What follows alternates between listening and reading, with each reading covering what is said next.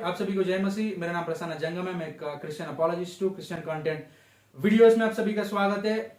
आज मैं एक दृष्टांत का एक्सप्लेनेशन करने वाला हूँ और आज लूकस 15वें अध्याय 11 से लेके 32वें वचन तक का एक्सप्लेनेशन। सिर्फ ये 22 वचन है, पर ये ऐसा theological doctrines, thick theological doctrines के अंडरस्टैंडिंग जो है उन चीजों से एकदम पैक्ड है। दृष्टांत ऑब्वियसली लिटरली जो थियोलॉजिकल अंडरस्टैंडिंग है वो कहा नहीं जाता है, पर उस जैसे सिंबॉलिकली उस जैसे किसी चीज को रिलेट करके इजीली समझाने के लिए दृष्टांत कहा जाता है। पर उसमें थियोलॉजिकल अंडरस्टैंड करना प्रभु यीशु मसीह के चेले जो है, डिसाइपल जो है, उनको सीखने की जरूरी है, ताकि हमारी स्पिरिचुअल लाइव्स इंक्लाइन हो जाएंगे, एलिवेट हो जाएंगे, हम मजबूत होंगे और ऑब्वियसली जिंदगी में तरक्की पाएंगे।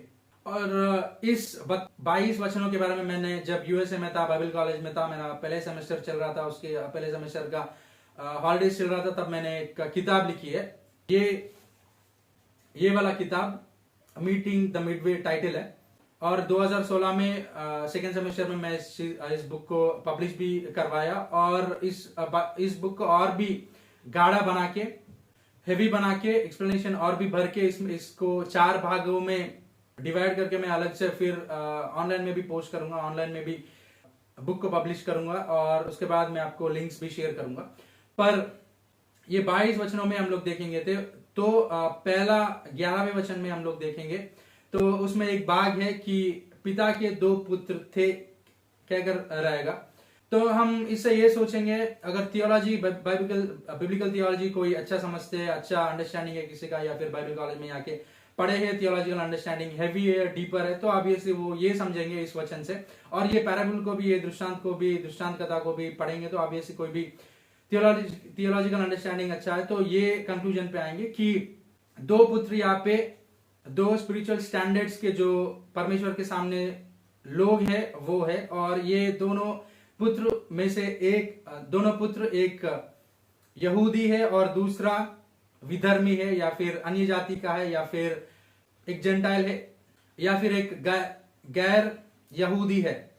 इस दृष्टांत के बारे में ही मैंने एक किताब लिखी है, जैसे कि मैंने कहा है। और इसमें इस सीरीज पे, मीटिंग द मिडवे सीरीज का ये सरमन्स का प्रीचिंग जो है, इसमें इस 22 वचनों में से ही सिर्फ कम से कम 50 से या फिर 20 से ज्यादा या फिर 50 से ज्यादा भी परमेश्वर का इच्छा हो तो वीडियोस और वीडियो सीरीज का कंटेंट बनाऊंगा।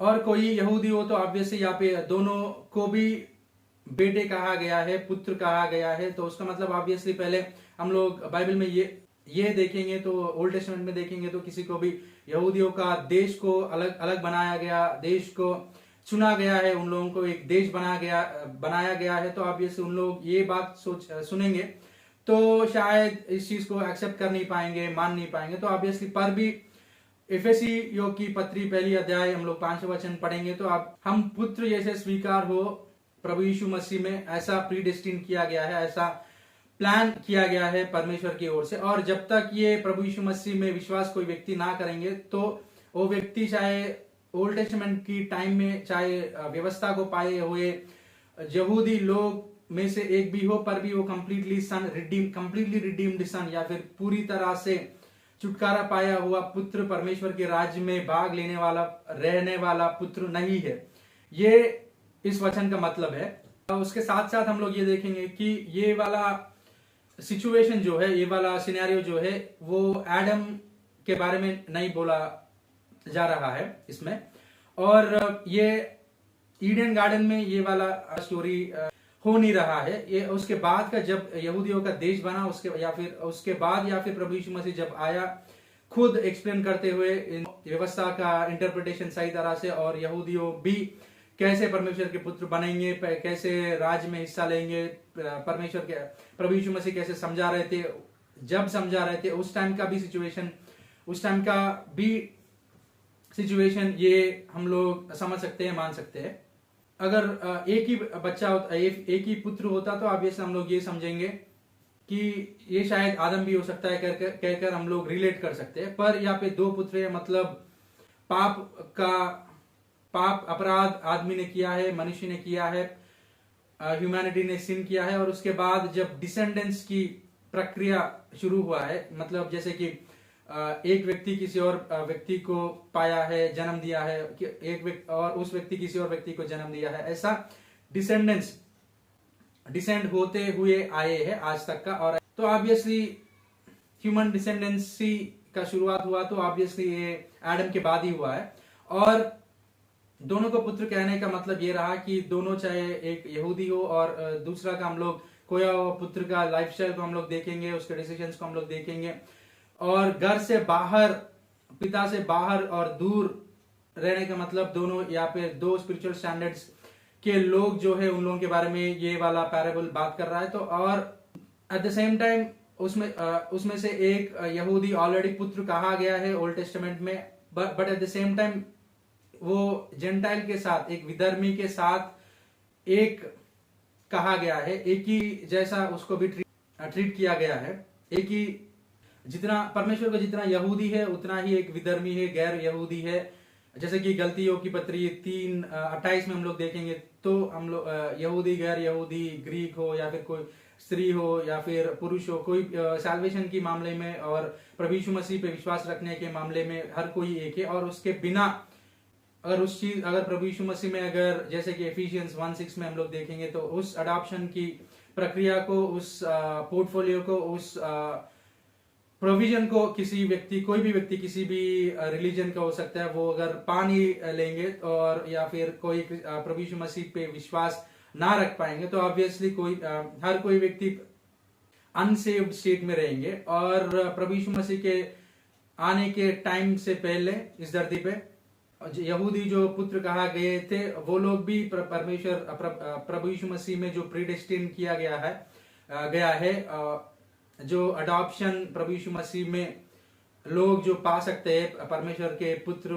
बनने के लिए, और परमेश्वर के राज्य में righteous requirements of the law जो है व्यक्ति के खिलाफ, उस सब चीजों की फुलफिलमेंट होने के बाद अब जो विश्वास से अनंत जीवन पाने का जो ऑप्शन है, उस ऑप्शन को आदमी अपना नहीं लेंगे तो ऑब्वियसली कोई भी अनंत जीवन नहीं पाएंगे। उस स्टैंडर्ड्स के हिसाब से हर कोई परमेश्वर के लिए एक ही है, और जो प्रभु यीशु मसीह पे मानेंगे तो ऑब्वियसली वो अनंत जीवन पाएंगे, और जो ना मानेंगे तो अनंत जीवन नहीं पाएंगे और नरक में जाएंगे, ऐसा बाइबल कहता है।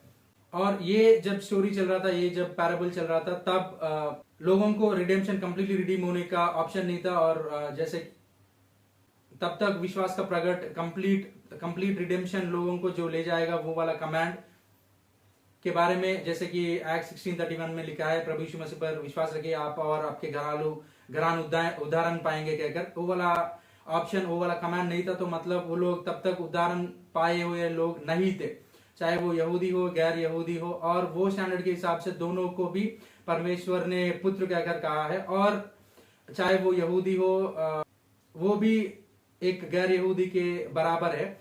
और उसका मतलब दोनों भी एक ही स्टैंडर्ड के दोनों भी कंप्लीटली रिडीम नहीं है। तो परमेश्वर कैसे अपने पुत्र कह सकता है, ये भी हम लोग सोच सकते हैं। तो ऑब्वियसली परमेश्वर ने लोगों को सृष्टि की है, उन लोगों में ब्रेथ को ब्रीद की है, उन लोगों को इस धरती पे उन लोगों की सांस परमेश्वर ने दी है, उसके हिसाब से सन्स है। और जो अडॉप्शन की प्रोविजन जो है लोगों को, वो प्रोविजन प्रभु यीशु मसीह में ऑलरेडी अलॉट किया गया है और प्रोवाइड भी किया गया है। तो उस प्रोविजन की जो अवेलेबिलिटी है, उसके द्वारा वो लोग भी लाइफ पाने वालों में से एक हो सकते हैं। उस लाइफ की प्रोस्पेक्ट्स ये लोग भी है कहना है उस वचन का मतलब। तो दोस्तों ये है 11वें वचन, इस पैराबल का पहला वचन, 11वां वचन लूक 15 का। इस वचन का जो है, एक पिता के दो पुत्र थे, उसका मतलब ये रहा कि दोनों अलग अलग पुत्र है, दोनों अलग अलग स्पिरिचुअल स्टैंडर्ड्स के, पर दोनों भी पुत्र है, मतलब दोनों भी कंप्लीटली रिडीम नहीं थे, और दोनों भी एक ही है परमेश्वर के सामने। और इन लोगों की प्रोविजन की गई है प्रभु यीशु मसीह में। अगर उससे लोग कंप्लीटली रिडीम होंगे। और तब तक का जो यहूदी थे, वो जो इजराइल मेरा फर्स्ट बॉर्न कहकर या फिर इजराइल मेरा सन कहकर जो लोग बुलाए गए थे, वो लोग भी कंप्लीटली रिडीम नहीं थे उस टाइम तक का।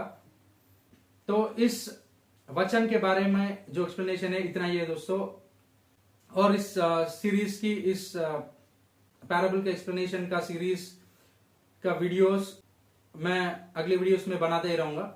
और इस वीडियो को देखा, इस चीज के बारे में, इस टॉपिक के बारे में इतना ही। मैं आशा करता हूँ कि आपने आज यहाँ पे एक नया चीज सीखे है। Really hope you learn something new today.